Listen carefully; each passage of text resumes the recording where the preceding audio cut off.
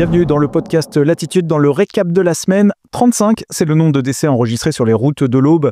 L'année dernière, un triste record après les 34 victimes de 2023. Face à cette situation alarmante, les autorités ont réagi avec fermeté. Le préfet de l'Aube, Pascal Courtade, a récemment mis en place plusieurs actions collectives, dont les assises de la sécurité routière qu'il détaille au micro d'Eva Garnier. Nous aurons une grande réunion qui sera le 17 mars, ce sera la conclusion de ces assises, mais l'important c'est ce qui va se passer d'ici là. Il y aura tout un travail préalable. Nous allons aussi avoir des groupes de travail thématiques, 3 au moins. Le premier, c'est sur la prévention. Il y a un sujet majeur d'éducation routière. Attention, c'est pas seulement les enfants. Nous aurons un sujet répression. Donc, nous allons faire des contrôles ciblés, bien évidemment, chacun dans sa zone de compétence, mais des contrôles coordonnés. Nous allons réfléchir aussi à la façon dont nous exerçons nos contrôles radars. Nous aurons un troisième pot de travail sur les publics sensibles. Les publics sensibles, c'est pas forcément ceux qu'on pense. On pense tous aux jeunes stupéfiants qui sortent des boîtes. À l'Aube, a priori, c'est pas notre problème premier. On a un vrai problème personnes âgées. On a un vrai problème stupéfiant. Nous aurons aussi des réunions en arrondissement que les sous-préfets tiendront fin février. La mortalité et l'accidentologie n'est pas la même à Troyes-Champagne Métropole qu'elle l'est dans les Bar-sur-Aubois ou qu'elle est dans le Nogentais. C'est cette approche un peu plus territoriale pour avoir une approche un peu fine et de travailler à une prise de conscience un peu collective de ces sujets. À noter que depuis le début de l'année 2025, un décès a déjà été enregistré sur les routes de l'Aube. L'hypnotiseur mondialement connu Mesmer a fait sale comble hier au Cuba 3. Plus de 3000 personnes étaient présentes pour vivre une expérience hors du commun.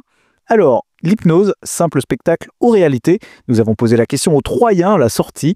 Ils répondent au micro d'Eva Garnier. Là, je n'en reviens pas encore. C'est très impressionnant. Il m'a fait danser. J'ai gagné 7 millions d'euros. T'es bloqué par terre et après, allez, rassiez-vous. Donc, tu te rassois. En fait, il y a que lui. C'est comme un dieu, comme un ordre. C'est bizarre. J'étais sceptique. Mais là, quand j'ai vu, par exemple, ma copine qui a été sous hypnose, je sais qu'elle aurait pas fait semblant. Donc, j'y crois, ouais, maintenant. Ils ont fait pas mal de choses, on a bien rigolé. Ils ont dansé, on marchait sur la Lune, conduire une Formule 1, enfin, un truc improbable. Mais j'aurais quand même bien voulu faire cette expérience quand même si j'y étais, mais bon. C'est intéressant à voir, ouais, c'était un peu, c'est spectaculaire, quoi. Je me suis retrouvée par terre et que je ne sais pas ce qui s'est passé. C'est un peu gênant vis-à-vis du public parce que je suppose qu'il s'est passé quelque chose et personne m'a rien dit. Et pour ceux qui n'ont pas pu assister à son spectacle, Mesmer sera de retour dans la région, ça sera le 6 février au Millésium d'Épernay. Ce lundi marquait les 80 ans de la libération du camp de concentration et d'extermination nazi Auschwitz-Birkenau, situé en Pologne. Près d'1 million de Juifs y ont perdu la vie pendant la Seconde Guerre mondiale. Aujourd'hui, Monika Wolter revient sur l'histoire de son père, emprisonné au centre pénitentiaire de Grodens, en Pologne, surnommé la forteresse de la mort lente. Un devoir de mémoire selon Monika Wolter. C'était pour moi important que ces cahiers ne soient pas perdus et que cela constitue un témoignage et qu'on se rende compte de la réalité des conditions de prisonniers de guerre. Tous ont été astreints à des corvées, des régimes épouvantables, des heures debout dans la cour par tous les temps, tous les coups possibles et inimaginables pour les persécuter, puis des conditions de travail épouvantables et très peu nourris et privés de leur famille pendant 5 ans. C'est quelque chose, une épreuve absolument épouvantable, qui s'apparentait d'ailleurs au traitement des déportés, parce que les conditions de détention étaient de cet ordre-là. Donc c'est quelque chose qui l'a miné. Il en est revenu très affaibli après la guerre. Il l'abordait très peu, c'était limité, parce qu'il a constaté que quand il décrivait les épreuves qu'il avait subies, les gens étaient sceptiques, ils n'y croyaient pas, pensaient qu'il exagérait. Monika Wolter retrace l'histoire de son père, Georges Wolterstorff, décédé à l'âge de 87 ans et originaire de Romilly-sur-Seine, dans son ouvrage Loin des miens, à travers les carnets qu'il a laissés. Après le succès de l'exposition Graines d'artistes dans l'idéal olympique, attirant plus de 20 000 visiteurs, l'Institut mondial d'art et de la jeunesse centre pour l'UNESCO par la rencontre des jeunes dans 24 communes auboises, une exposition itinérante de 240 tableaux tirés de l'Artothèque qui regroupe plus de 100 000 œuvres d'enfants dans le monde entier. L'objectif, offrir à tous l'accès à la culture, comme l'explique Anthony Cardoso, directeur adjoint de l'image à Troyes.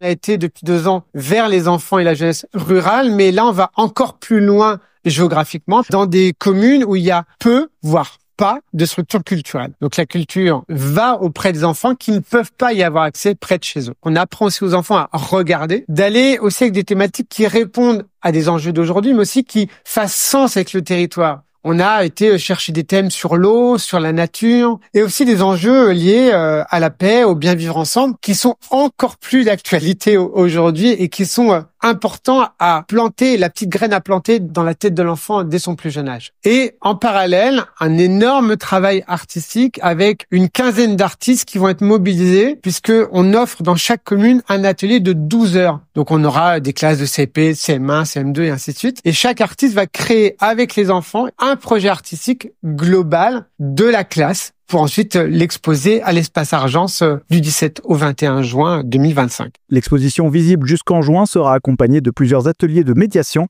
et de rencontres autour de la culture. Cette semaine a été également marquée par la disparition de Clara et Elena. Ça fait bientôt 6 jours cette semaine que les 2 filles, élèves de 3e au lycée Paul Langevin de Sainte-Savine, ont disparu. Une enquête a été ouverte pour disparition inquiétante par le parquet de l'Aube. Si Elena n'a pas de portable, celui de Clara en revanche reste inactif. La maman de Clara, Jennifer Lemoine, évoque la possibilité d'une fugue au micro d'Eva Garnier. Dans le départ, je pense qu'elles sont parties toutes les deux, parce que nous, on a pu voir, il manque 2-3 vêtements. Là, le temps commence à durer, donc on a peur de la mauvaise rencontre. Clara ne sort pas. Après, effectivement, Clara nous avait déjà fait une première fois des suites d'un problème à l'école, parce que nous, il faut savoir que Clara était harcelée à l'école. C'est à ce moment-là qu'on l'a perdue. Nous, on l'a changé d'établissement. On sait qu'il y a eu une période qui a été assez compliquée, où elle s'était beaucoup enfermée. Depuis quelques mois, ça allait beaucoup mieux. Et non, il n'y avait rien du tout qui pouvait laisser penser. On a rigolé avec elle le matin même. Je lui dis, la veille au soir, on était au restaurant, on a rigolé. Enfin, vraiment, tout se passait bien. On voudrait leur dire qu'elle rentre, qu'on est là pour elle. On fait tout. De toute façon, on les retrouvera. On ira les retrouver au bout du monde s'il le faut. Donc, qu'elle rentre, qu'elle fasse machine arrière, qu'elle n'ait pas peur, qu'elle revienne à la maison. On n'attend que ça. Une fugue inattendue au regard de la personnalité d'Elena, comme le précise sa mère. Toujours à l'heure, toujours ponctuelle. J'ai toujours eu des enfants, même s'ils sont en retard, ils arrivent toujours à trouver un portable pour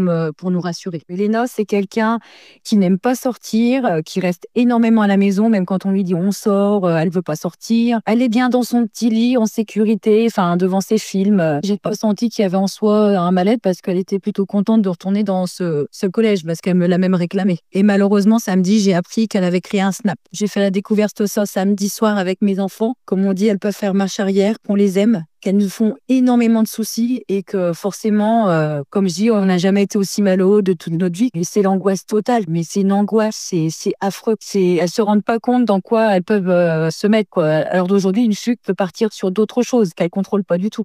Donc revenez les filles, revenez, on est là. Ce lundi, les 2 mamans ont lancé leur appel à témoins sur le groupe Facebook Perdu ou Trouvé dans l'Aube.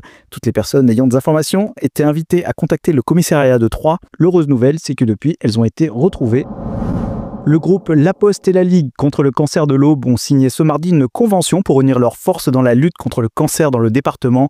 Pendant 1 an, la Ligue de l'Aube organise des ateliers réguliers de prévention et d'information à destination des postiers. Un petit pas dans une lutte de longue haleine, selon Xavier Lesseur, président de la Ligue de l'Aube. Cancer sur l'échelon national, c'est 1400 nouveaux cas par jour, donc on a vraiment beaucoup de travail pour essayer d'endiguer cette maladie. Et l'idée est de développer un maximum la prévention sur l'environnement, sur le tabac, sur la consommation d'alcool, sur l'alimentation, sur tous les risques qui peuvent être inhérents et donc apporter cette maladie. Plus on rencontre de personnes, plus on peut intervenir, diriger les potentiels malades aussi, parce qu'il y a des gens qui sont malades, on le sait pas forcément, mais autour de nous, il y a des malades. Leur expliquer ce que on fait, nos actions, nos missions, les aidants aussi, parce que autour des malades, il y a aussi les aidants qui ont besoin aussi parfois d'être aidés avec nos soins de support, psychologie, des fois en sophrologie, tout ce qu'on offre, nous, au niveau de la Ligue et au niveau du comité, parce que le comité de l'Aube récolte les fonds dans l'Aube et les utilise uniquement dans l'Aube. Le mois de mars dédié à la sensibilisation au cancer colorectal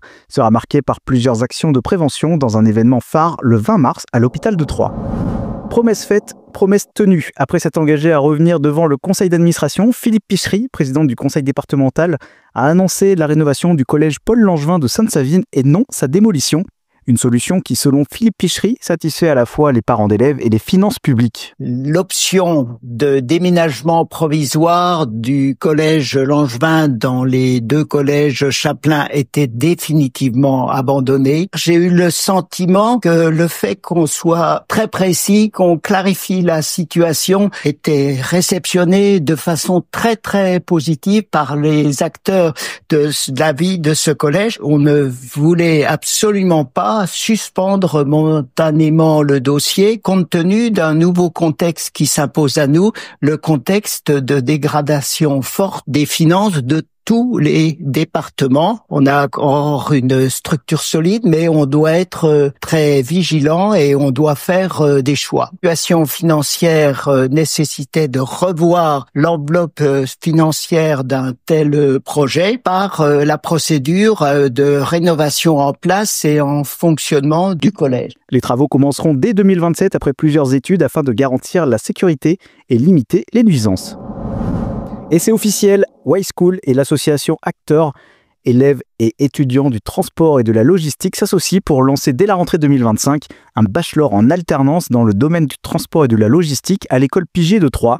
Une formation qui répond aux besoins croissants du secteur et du territoire, selon Mickaël Houdin, responsable de l'école Piget de Troyes. Actuellement, ça n'existe pas sur le territoire. Aujourd'hui, on a des BTS, donc des brevets techniciens supérieurs, qui sont faits par 2 écoles avec qui nous travaillons. Mais effectivement, après ce BTS, il n'y a plus rien sur Troyes. Il faut partir, il faut aller ailleurs. Et ça, c'est un gros problème pour le département puisque les talents partent. Donc, ce bachelor, en fait, il permet aux jeunes de rester après leur BTS et de pouvoir faire ce fameux bachelor, soit rentrer dans la vie active ou alors continuer aussi par le biais de SIBS, un master, donc un bac plus 5 avec une option logistique. Au niveau de Piget, nous, on est capable aujourd'hui de développer toute la filière. Nous, on a fait un petit benchmark, on a sondé à nos entreprises locales dans tout ce qui est transport et logistique. Effectivement, le BTS répondait pas entièrement à leurs exigences. Ils avaient besoin de personnes un peu plus qualifiées et notamment aussi de tout ce qui est nouvelles technologies, IA, etc. Donc aujourd'hui, on approfondit les choses grâce à ce bachelor et ça permet effectivement de répondre à la demande locale. Les inscriptions sont d'ores et déjà ouvertes sur le site internet de l'école Piget.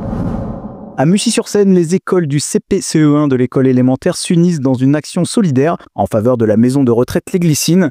Aux côtés des résidents, ils ont réalisé un clip vidéo sur la chanson Les bêtises de Sabine Paturel pour financer l'achat d'un minibus, un projet essentiel pour leur bien-être selon Hervé Rollin, directeur de l'EHPAD. Pas de véhicule nous prive de beaucoup de choses. Ne serait-ce également que aller faire les petites courses. Là, on est obligé de tout faire par Internet, de se faire livrer, aller encore dans les magasins, sortir de l'établissement. C'est un plus, c'est vraiment quelque chose d'important pour eux. On a beaucoup de sorties qu'on veut mettre en place. Par exemple, tout simplement le carnaval de Mussy.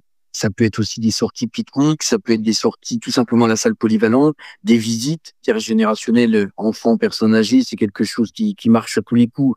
On voit tout de suite des sourires sur les visages, ça met tout de suite de la gaieté. Ils ont été touchés aussi par notre projet, puisque l'idée c'est de mettre une chanson en ligne, un petit clip vidéo, donc avec les résidents, à partir d'une chanson plutôt connue qui est Les Bêtises, un petit peu des situations connues un petit peu sur l'établissement, quand on essaye de se déplacer actuellement, quand on va à la salle polyvalente, on y va à pied, on pousse dans les fauteuils, petites choses comme ça qui vont rappeler un petit peu de nos galères. La vidéo sera bientôt disponible sur les réseaux sociaux des Amis des Glycines et la cagnotte avec un objectif de 50 000 € est accessible sur Hello Asso. Merci d'avoir suivi ce podcast. Toute l'actualité, toute la semaine, ça se passe sur radiolatitude.com. Et n'oubliez pas, vous pouvez retrouver le podcast de Radio Latitude sur toutes vos plateformes de podcast habituelles.